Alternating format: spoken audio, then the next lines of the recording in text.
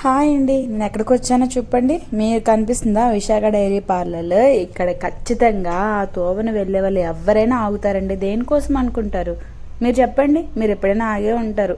అక్కడ ice cream అనేది ఒక ఎమోషన్ అండి.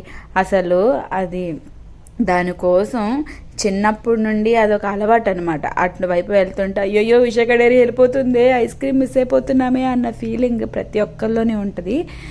అసలు సమ్మర్ వచ్చిందంటే ఇక్కడ ఖాళీనే ఉండదండి. నా లక్క కొద్దీ కొంచెం ఎర్లీ మార్నింగ్ రావడం వల్ల ఐస్ క్రీమ్ కౌంటర్ దగ్గర లైన్ అయితే లేదు.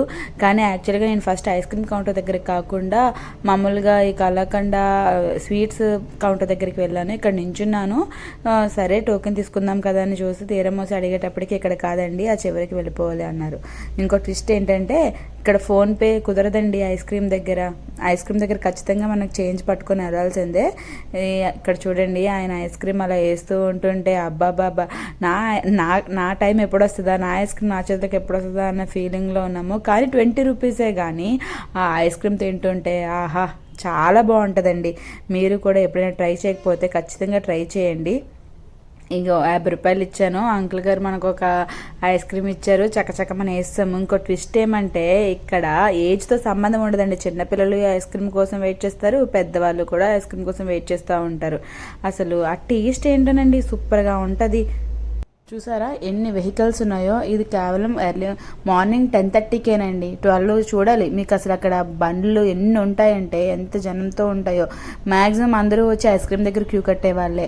మీరు వైజాగ్ వెళ్తుంటే ఆ BHEL ఎదురుగానే ఉంటుంది విశాఖ డైరీ. అందరికీ తెలిసి ఉంటుంది, కాకపోతే ఒకసారి చెప్తున్నాను.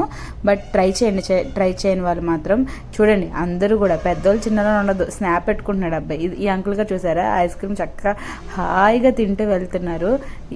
అసలు అక్కడ కొద్దిసేపు నించొని చూస్తుంటే భలే అనిపిస్తుంది. అంటే ఐస్ క్రీమ్ అంటే చిన్నపిల్లలే పేచి పెట్టడం చూస్తూ ఉంటాం కదా, కానీ ఇక్కడ విశాఖ డైరీ ఐస్ క్రీమ్ అనేసరికి పెద్దవాళ్ళు చిన్నవాళ్ళు కూడా లైన్లో కట్టి అసలు దాన్ని ఒక హ్యాపీగా ఎంజాయ్ చేస్తారండి ఇక్కడ ఐస్ క్రీమ్ మాత్రం. ప్లీజ్ కొంచెం లైక్ చేయండి, కొంచెం ఇంకా వీడియోలు చేయాలనిపిస్తుంది ప్లీజ్.